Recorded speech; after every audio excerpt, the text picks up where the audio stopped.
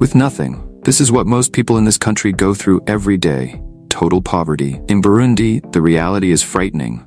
Today, you will learn 13 shocking facts about this country. I'm sure you will leave this video completely surprised. Are you curious? Join us and let's go. Number 13. Banana beer. Burundian creativity shines even when it comes to drinking a cold one, or rather an urua. This banana beer is proof that necessity and creativity make great partners in a glass. The production process is a sight to behold. Ripe bananas are peeled and mashed until they become a paste, mixed with water and, believe it or not, local grass. Experts guarantee that the grass speeds up the fermentation, transforming the mixture into a slightly alcoholic drink in just a few days. The result is a cloudy, sweet beer with a unique personality. At local festivals, urua is widely available, bringing people together in celebrations that combine dancing, music, and lots of good conversation. Each region has its own special touch to the recipe. Some families keep production secrets passed down through generations. The price? A fraction of what an industrial beer would cost. The drink has become so important that there are bars specializing only in urua, true meeting points where people discuss everything from politics to the latest football game. It is living proof that, even with little, it is possible to transform bananas into liquid joy. Number 12. Bicycle. In Burundi, bicycles carry more than just people. They carry social status. In this country, where most people walk for miles every day, having two wheels is like owning a Ferrari in other places. People travel enormous distances under the scorching sun or torrential rain, carrying goods, water, and even sick people on journeys that can last hours. The most basic form of public transport is the pig cage, a vehicle so uncomfortable that it makes anyone prefer to walk. Without seats and crowded, it charges 10 cents per trip. A considerable amount for someone living on less than $1 a day. The roads are another nightmare. Giant potholes turn any journey into a dangerous adventure. During the rainy season, they turn into rivers of mud that isolate entire communities. Those who own bicycles become local celebrities. Men with bicycles have a better chance on the marriage market, and some families save for years to buy one. Sometimes, several families share a single bicycle, creating complex relay systems so that everyone can use the precious means of transport. Number 11. The infrastructure saga. Burundi is one of the very few countries in the world that doesn't have a single train track. Zero. No locomotives or busy stations. The roads, they're more like adventure trails than transport routes. During the rainy season, they turn into real mudslides that scare even experienced Jeep drivers. It's as if the entire country were a huge daily rally challenge. Now, just think, how do you get a load of coffee from the countryside to the capital without a train and on dirt roads?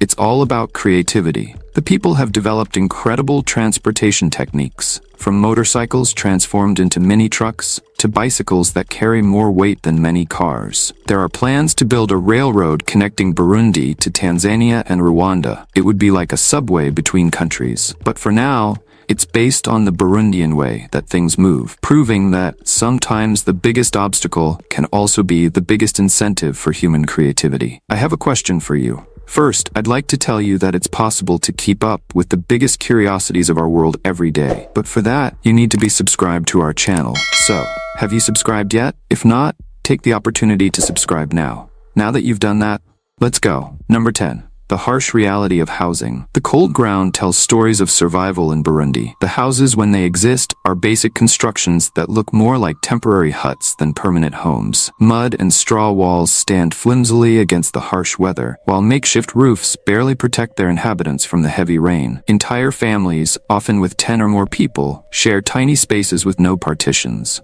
The concept of privacy is practically non-existent. The dirt floor serves as a bed, a living room, and even a kitchen. During cold nights, children and adults huddle together in search of warmth, sharing the few blankets available. The walls require constant maintenance, as the mud crumbles with the frequent rains. Windows are rare. Mostly small openings in the walls serve as ventilation. The few pieces of furniture that exist are made from local materials, such as tree trunks transformed into rustic benches. The concept of decoration is limited to basic utensils hanging on the walls. Yet each dwelling represents a family's Herculean effort to create a place they can call home. Number 9. The sacred drums. Burundi's drums are not just instruments. They are living libraries that tell stories through sound.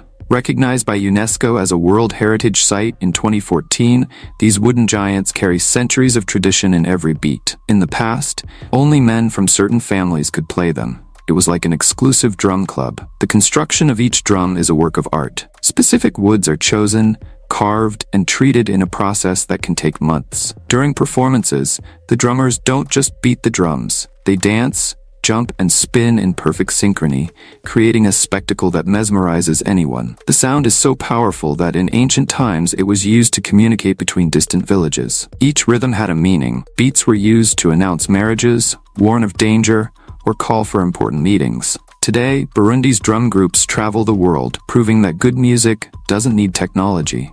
It just needs heart, tradition, and a few good pieces of wood. Number 8. Total darkness. Darkness in Burundi is not just a lack of light. It is a barrier to development. With less than 8% of households having access to electricity, nightlife is virtually non-existent. When the sun sets, a pall of darkness falls over the country, making simple activities a challenge. Families rely on makeshift lamps made from recycled bottles and kerosene, which are not only expensive, but also dangerous and polluting. Children often drop out of school because they can't do their homework after dark. Rural hospitals struggle to keep vaccines refrigerated and perform procedures at night. Businesses close as soon as the first shadows appear, paralyzing the economy. On the rare occasions when power does exist, it is unreliable and too expensive for most. Some communities have developed relay systems. While one family charges a charged battery, others wait their turn. Cell phones are charged at small shops that charge significant fees for the service. This enforced darkness keeps Burundi trapped in a cycle of poverty that is hard to break. Number 7. Marriage and tradition. In Burundi, love comes at a fixed price, a hoe. While other countries debate expensive dowries and lavish ceremonies, Burundians maintain a tradition that mixes practicality with deep symbolism. The hoe is not just a tool. It represents a couple's commitment to hard work and mutual support. The custom was born out of necessity. In a country where family farming is a matter of survival, having tools of the trade is worth more than jewelry or money. Some wealthier families replace the hoe with a cow, considered the country's most valuable possession. But these are exceptions. Most celebrate marriages with the traditional hoe, present in rituals that can last for days. During the celebrations, the bride's family carefully inspects the instrument. Its quality reflects the groom's respect for the union. Traditional songs tell stories of famous weddings where choosing the perfect hoe changed destinies. The tradition endures because it keeps weddings affordable and reminds young people that building a life together requires constant work, like cultivating the land. Number 6.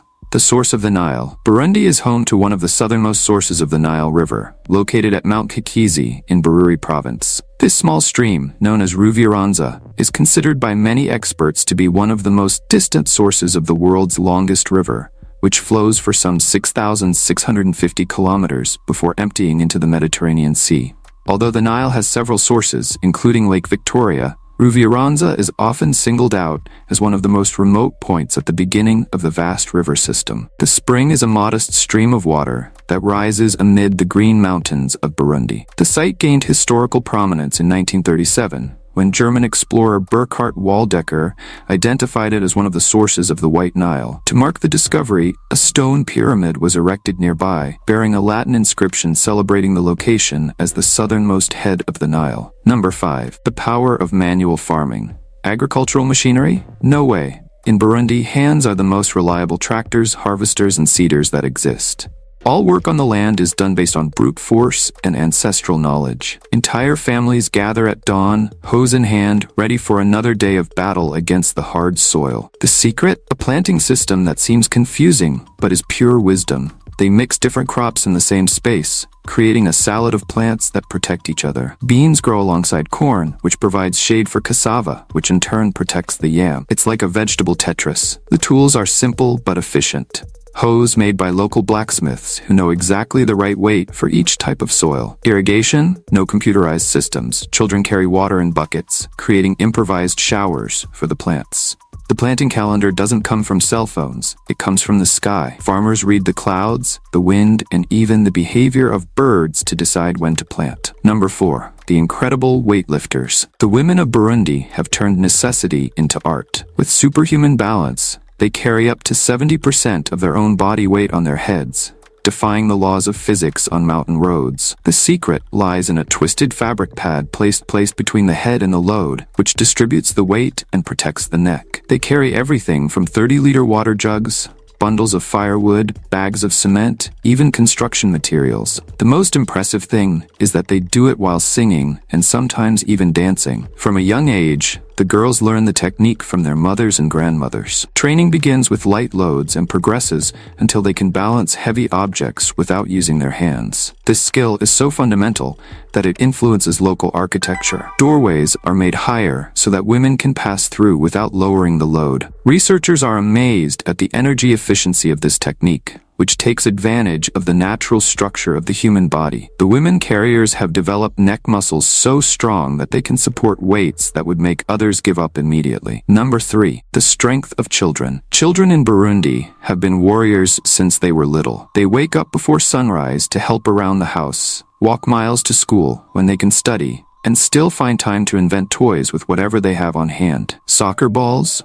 They are made from plastic bags tied with string. Cars are made from old cans, with wheels made from crushed bottle caps. During recess, the schoolyard becomes the stage for games that are passed down from generation to generation. Many have to skip school during harvest time to help their families on the farm. Even so, when they get school supplies, they take care of their notebooks as if they were treasures. A pencil can last the entire year. Responsibility comes early. 10-year-old children are already taking care of their younger siblings while their parents work. The most impressive thing is that, despite everything, they maintain that sparkle in their eyes, that ability to transform difficulties into fun. Continuing with the same pattern of detail, now incorporating the new elements of the text and maintaining the requested style. Number 2. The art of local commerce. Burundi's markets are an explosion of colors, sounds, and stories that no shopping mall can imitate. Imagine a market where money is rare and bartering still reigns supreme. Vendors stack their products in such artistic patterns that any luxury window dresser would envy. The marketing? It's all about shouting. Each vendor has his own call, a kind of live jingle that echoes through the narrow streets. The negotiations are true theatrical spectacles. Buyers and sellers stage a dance of offers and counteroffers that can last for hours. No barcodes. The price changes as the conversation heats up. The weight system? Makeshift scales made of wood and rope, calibrated by the expert eye of those who have been doing this for decades. The packaging is banana leaves folded using a technique that transforms any product into a waterproof package. The most incredible thing is the informal credit system. Vendors keep mental ledgers of who owes what in a network of trust that has been in place for generations. Number 1. Lake Tanganyika. If Burundi were a necklace, Lake Tanganyika would be its most precious jewel. Just imagine a lake so big that you can see it from space and so deep that scientists haven't explored everything down there yet. It's the second deepest lake in the world, second only to Baikal in Russia. But the coolest thing is the life that pulsates there. More than 250 species of fish that exist nowhere else on the planet. It's like a giant, exclusive aquarium. Every day before sunrise, hundreds of fishermen set out in little boats that look like toys but are incredibly strong. Women wash clothes on the banks, while children transform the lake into a natural playground. Scientists go crazy over the unique biodiversity.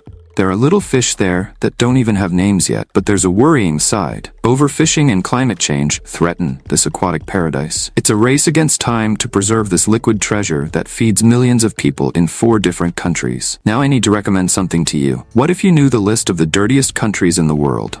Well, we made this list, and we are showing this video on the screen now. So, click on it now and take the opportunity to check out all the countries. Well, that's it, and until next time, Curious One.